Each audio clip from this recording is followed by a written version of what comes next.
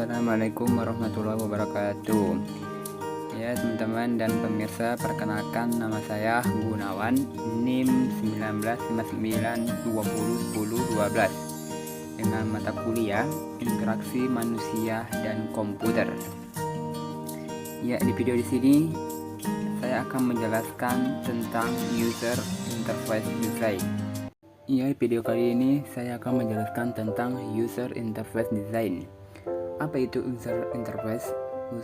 User interface design adalah tampilan visual sebuah produk yang menjembatani sistem dengan pengguna user. Dengan tampilan UI dapat berupa bentuk, warna, dan tulisan yang didesain dengan semenarik mungkin. Jadi secara sederhana, UI adalah bagaimana tampilan sebuah produk dilihat oleh sebuah pengguna sendiri. Ya teman-teman, di sini juga saya akan menjelaskan seberapa pentingkah desain user interface design ini. Jadi yang pertama, bahwa desain interface sangat membantu dalam traffic websites. Jika kita teman-teman terjun dalam dunia bisnis digital, maka tujuan utama dari kita membuat sebuah website adalah supaya kita dapat memperkenalkan produk kita kepada pengunjung internet, serta juga kita meningkatkan jumlah pengunjung traffic atau website kita. Terus yang kedua, ada desain user interface juga dapat membantu kita dalam memudahkan pengguna aplikasi. Jadi untuk dapat mengeksplor aplikasi yang kita kembangkan, jadi pasti orang tentu menginginkan aplikasi yang mudah digunakan dengan tampilan yang desain dan menarik mungkin. Terus juga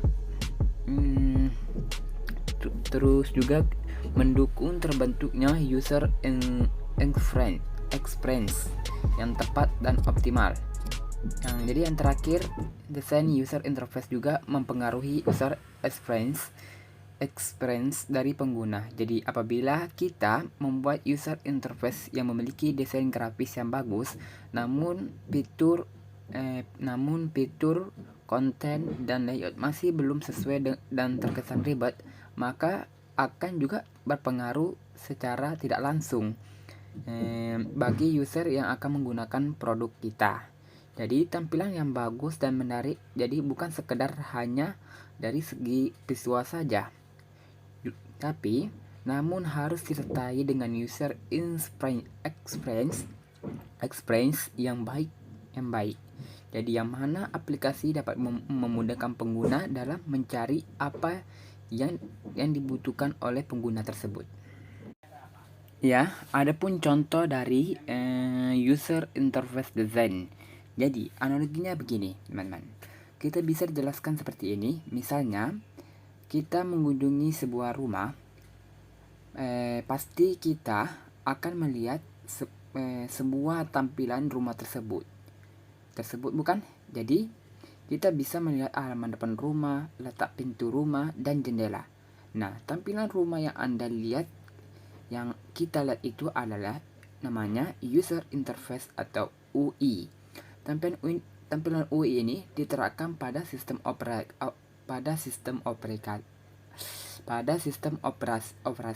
aplikasi, website maupun blog kita. Ya teman-teman dan rekan-rekan, di sini juga saya akan menjelaskan tentang desain software. Jadi desain perangkat lunak merupakan tahapan atau pengembangan perangkat lunak yang hasilnya akan digunakan oleh pengembang perangkat lunak untuk membuat sebuah program.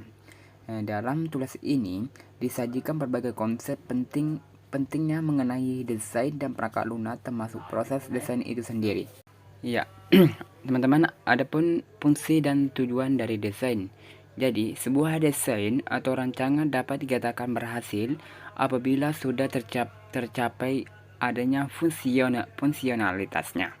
Jadi, yaitu dengan bekerja secara efektif dan efisien.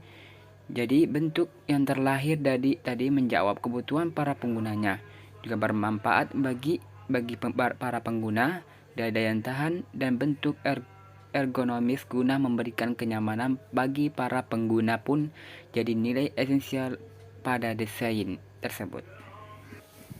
Ya, di sini juga saya akan menjelaskan di YouTube ini, saya juga akan menjelaskan tentang mengambil keputusan dalam desain.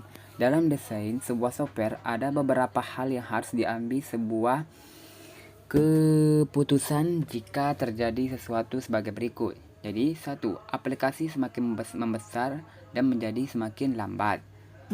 User interface pada aplikasi semakin kompleks. Waktu yang diperlukan untuk mengembangkan fitur baru menjadi lebih lama. Dokumentasi aplikasi dan dokumen hash menjadi lebih melebar. Resikonya adanya efek pada fiturnya yang sudah ada dan meningkatkan waktu yang diperlukan untuk memvalidasi aplikasi. Jadi itulah dari mengambil keputusan dalam desain. Ya, di sini juga saya akan menjelaskan tentang berbasis dokumen pada desain interface. Aplikasi ini menghasilkan sebuah dokumen jadi berupa file-file yang nantinya juga bisa dibuka dan dirubah kembali jika perlu. Dan aplikasi yang berbasis dokumen jadi misalnya seperti Microsoft Word, Microsoft Excel, OpenOffice, CorelDRAW, Photoshop, dan lain-lain. Ya teman-teman, selanjutnya saya akan menjelaskan tentang berbasis non-dokumen. Jadi aplikasi ini sifatnya tidak menghasilkan dokumen yang bisa dibuka dan dirubah kembali. Contoh dari aplikasi yang berbasis non-dokumen ini adalah seperti Microsoft Outlook, MySQL, dan MYOB dan lain-lain. Ya, di sini yang selanjutnya saya di sini akan menjelaskan tentang utilitas. Utilitas, jadi aplikasi ini sifatnya adalah untuk penunjang saja, jadi sifatnya hanya sebuah tambahan. Ada kecenderungan aplikasi seperti ini, jadi menekankan pula pada style di samping fitur aplikasi. Contoh dari aplikasi ini adalah seperti aplikasi untuk mendengarkan musik atau sebuah menonton video, terus sebuah Winamp, terus media flyer, terus power DVD. Jadi aplikasi untuk antivirus. Untuk antivirus ada Kaspersky, Norton, dan V-Secure. Ya, di sini saya akan menjelaskan tentang perencanaan tampilan. Jadi salah satu kriteria penting dari sebuah antarmuka adalah tampilan yang menarik mungkin. Semenarik mungkin untuk pengguna. Jadi seorang pengguna biasanya apalagi pengguna baru biasanya tertarik untuk mencoba sebuah program aplikasi dengan terlebih dahulu dan tertarik pada suatu tampilan yang ada di hadapan matanya.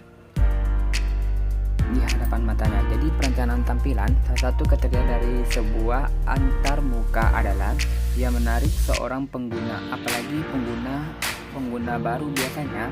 Jadi dia biasanya tertarik untuk mencoba sebuah program aplikasi dengan terlebih dahulu dan pada suatu tampilan yang ada pada hadapan mereka tersebut. Jadi untuk sebuah tampilan yang menarik memang tidak senantiasa mudah. Jadi seorang perancang pengguna secara umum, hal ini perlu disadari oleh seorang perancang tampilan adalah bahwa ia harus biasa meyakinkan programnya bahwa apa yang ia bayangkan dapat diwujudkan atau diimplementasikan dengan peranti bantu tool yang tersedia.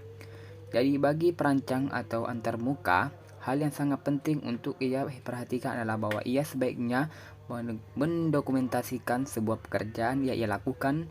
Dengan dokumentasi yang baik, ia dapat mengubah rancangannya apabila menurut dia terdapat rancangan yang tidak mudah diimplementasikan atau rancangan tersebut mengalami perubahan disesuaikan dengan usulan dari pengguna atau karena alasan lain.